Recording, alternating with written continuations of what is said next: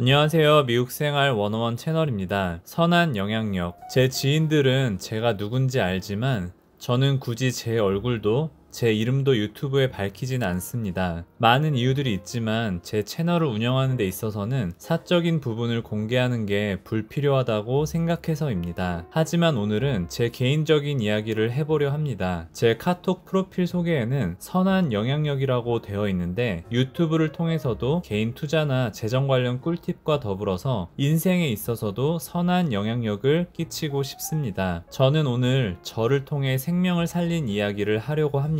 제 이야기를 하다 보면 신앙적, 종교적인 내용도 포함됨을 미리 알려드립니다. 이 영상을 보는 것도 좋지만 라디오 사연 듣듯이 들으셔도 좋을 것 같습니다. 골수기증.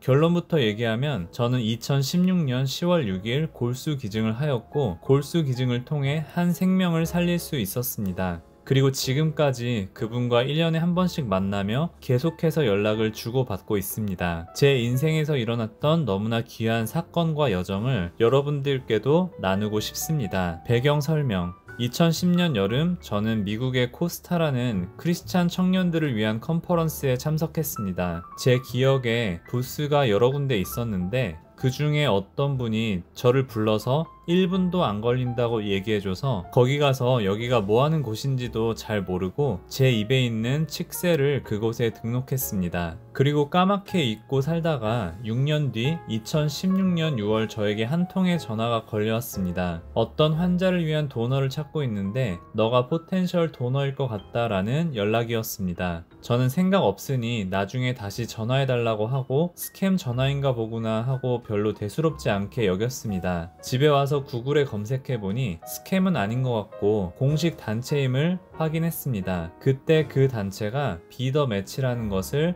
알게 되었습니다. 며칠 후 제게 다시 전화가 와서 본 메로 도네이션 골수기증을 해줄 도너를 찾고 있다고 알려줬습니다. 그리고 나서 제게 바디 체크업을 해보지 않겠냐고 요청했습니다. 전 그 당시에 한동안 건강검진을 해본 적도 없고 믿져야 본전이라 생각했기에 소변검사, 엑스레이, 피검사 등등 했었고 결국 다 정상으로 나왔었습니다. 그리고 나서 제 몸은 기증을 할 수 있는 상태임을 알았지만 제 마음은 쉽게 준비되지 않았었습니다. 구글이나 네이버에서 골수기증 관련해서 검색하면 부작용 관련해서 나오기도 하고 지인도 아니고 알지도 못하는 분을 위해 이러한 리스크를 지면서까지 해야 하나라는 생각이 들었습니다. 제가 그분에 대해서 아는 거라고는 여성이라는 것과 그분의 나이였습니다. 생각의 전환.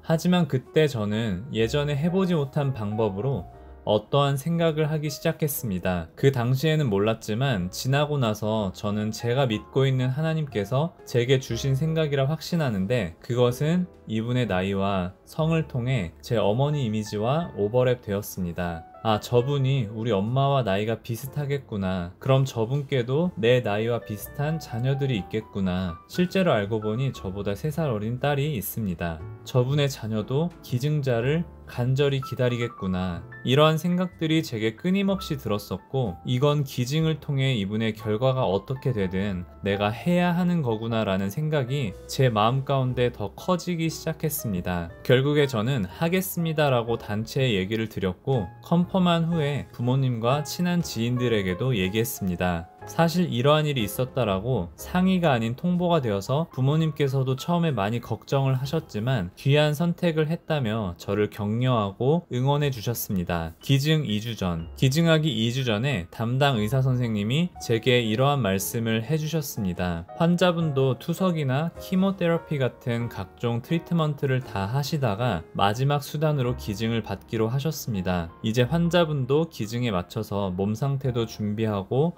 해야 하니 이제는 절대 중간에 취소하면 안 됩니다. 저는 결정을 했고 결정을 번복할 마음은 없었지만 결정을 했다고 해서 제 마음 가운데 불안함이 사라지지는 않았습니다. 그저 이 기증을 해야만 하는 분명한 이유를 발견했기에 저는 마취가 되는 순간까지 떨림을 안고 D-Day까지 기도하며 기다렸습니다. 골수기증 관련 2가지 방법. 참고로 저는 전신 마취를 했습니다. 골수 기증하는 데는 위에 그림과 같이 2가지 방법이 있습니다. 말초 혈액에서 조혈모 세포를 기증하는 방법은 미리 다량의 피를 뺀 후에 당일에 조혈모 세포를 채취할 때 다른 한쪽 팔로는 미리 빼놓은 본인의 피를 수혈받는 방법으로 진행이 됩니다. 첫 번째 그림은 엉덩이 밑에 골수에서 조혈모 세포를 빼는 방식으로 전신 마취 후 진행이 됩니다. 의사 선생님께서 환자분에게는 첫 번째 그림처럼 골수를 채취하는 게 도움이 될 것 같다 하셔서 그렇게 했습니다. 그림을 보니 한국에서는 3일 4일 입원하는 것 같은데 저는 당일 퇴원을 했습니다.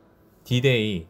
드디어 디데이가 왔습니다. 아침 일찍 병원에 가서 저는 필요한 서류 작성과 사인을 하고 누웠습니다. 마취의가 오셔서 제게 주사를 놓으셨고 저는 10초 정도 있다 정신을 잃었습니다. 정신을 차려보니 벌써 2시간이 흘러 있었고 다른 곳에 누워 있었습니다. 정신도 약간 몽롱했고 양쪽 엉덩이가 욱신욱신했습니다. 한국 예능을 보면 마취가 풀린 후 자기도 모르게 이상한 소리를 하는데 저는 다행히 수술 언제 하냐고 간호사께 물었고 그분께서 이미 끝났다고 말씀해 주셨습니다. 네, 저는 이거밖에 기억이 안 나서 혹시나 헛소리를 했을 수도 있습니다. 네, 조금 쉬었다가 당일 저는 퇴원했습니다. 집에 가는 길에 처방된 약을 픽업해서 집에 왔습니다. 그날은 목요일이었고 저는 목요일, 금요일 휴가와 더불어 토요일, 일요일 쉬고 월요일부터 다시 일 나가면 되겠다라고 생각했습니다. 결과적으로는 월요일에 성공적으로 회사에 갈 수 있었습니다. 하지만 마취가 엉덩이 쪽에서 계속 풀리면서 욱신욱신한 통증으로 목요일은 예상보다 늦게 자게 되었습니다. 금요일도 하루 종일 집에서 쉬고